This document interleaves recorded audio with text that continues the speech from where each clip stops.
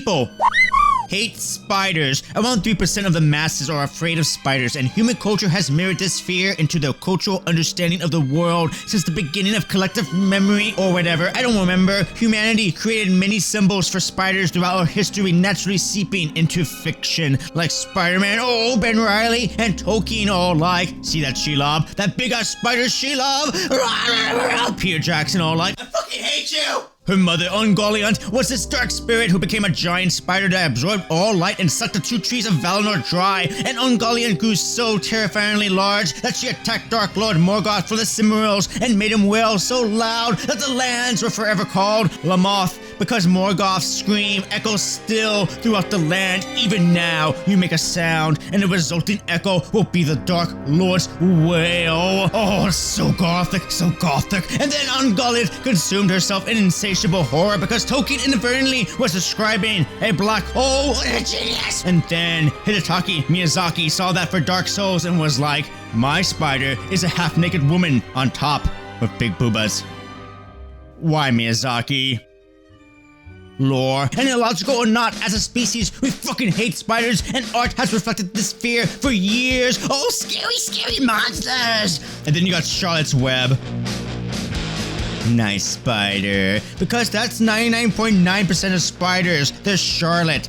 But you know who is scared of spiders? Rossiogawa. Oh, he probably found one in his hat. Oh, little Miss Muffet's scared because there is a deadly spider in fiction that was born from a 1912 German children's book, Maya and the Bee, that would become a long-running Japanese anime, a spider antagonist that went by the name Thekla, and this spider would influence one of the only other people in the world who is also named Thekla, and she traveled from her home and entered the world of brightly colored warriors to take a bite out of a woman and her boobas. Who's ready for story time with Meerkat? Meerkat? Meerkat's a social AF.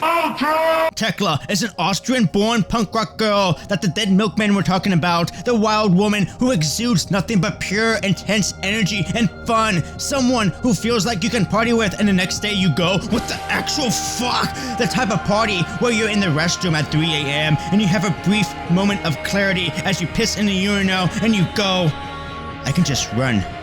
Just run, dude. Just run. It's like, get out. Get out! Yo!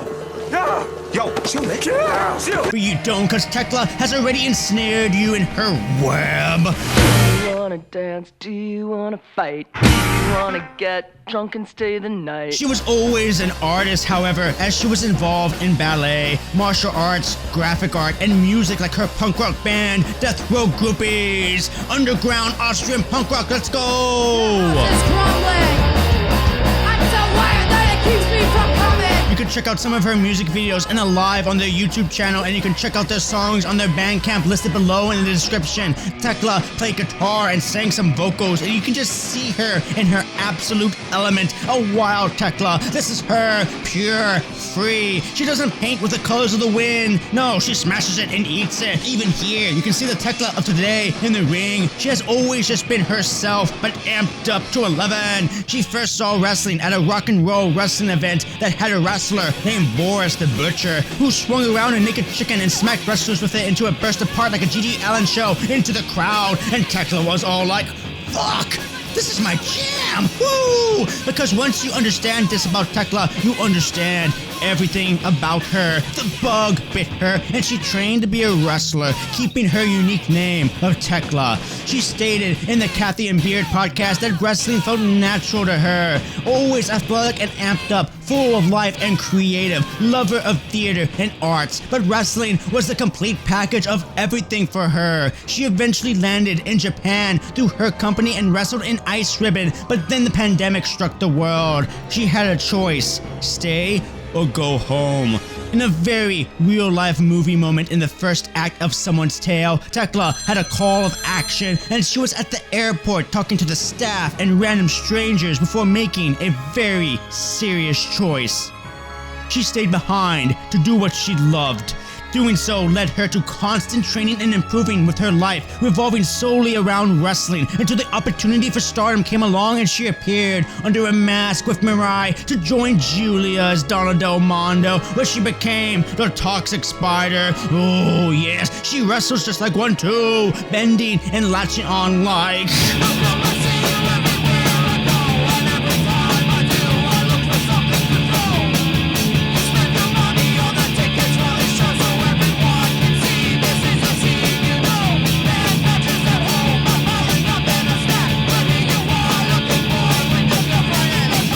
Wild, aggressive, a force of a woman, and one who enjoys every moment out there. You can see it on her face, immediately catching the attention of Mina Shirakawa, entering into a thirsty feud of aggressive flirtation, which is putting it mildly. I mean, Mina wanted to crush Thekla with her boobas, and Thekla called her a boob girl. They fought for the SWA title, which Thekla won. She is very underrated, perhaps all in stardom, as she always delivers, starting her stardom career, really standing out beyond being a gaijin, as her style was different from the others. Lately, she's been given a balanced patch as she's more reserved, while letting her wild streak out whenever needed. She feels more calculated, just waiting for the chance to catch you in a web and eat ya. Despite her opportunities, she's mostly relegated to being DDM's number 2 under Julia, forming the tag team of utter pure fashionista gangsters, Mafia Bella. And she gets to shine under this tag team, but her not being in the 5-star yet is pretty sad.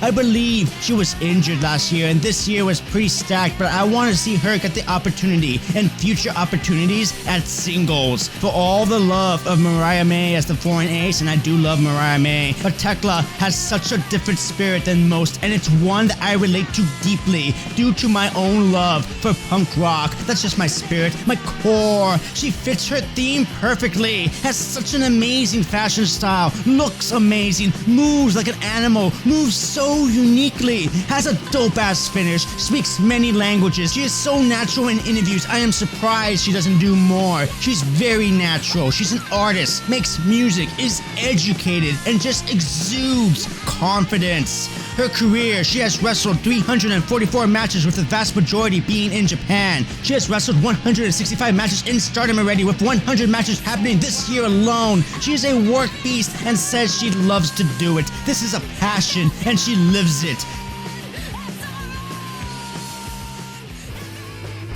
The Toxic Spider, Thekla, represents all the archetypal attributes of the spider, lurking and waiting for prey to fall into a trap. A femme fatale of film noir, deadly and clever, dangerous and venomous. And as I learn, but am 100% not surprised, has a large following of people who love her. I want to see her involved in something more noteworthy, something she can really sink her teeth into and become that punk rock girl in Vienna, underground and often in trouble, free within the chaos of the rebellion and the femininity of the punk rock noise surrounding her, and produced by her guitar and screaming, and just explode into her higher self.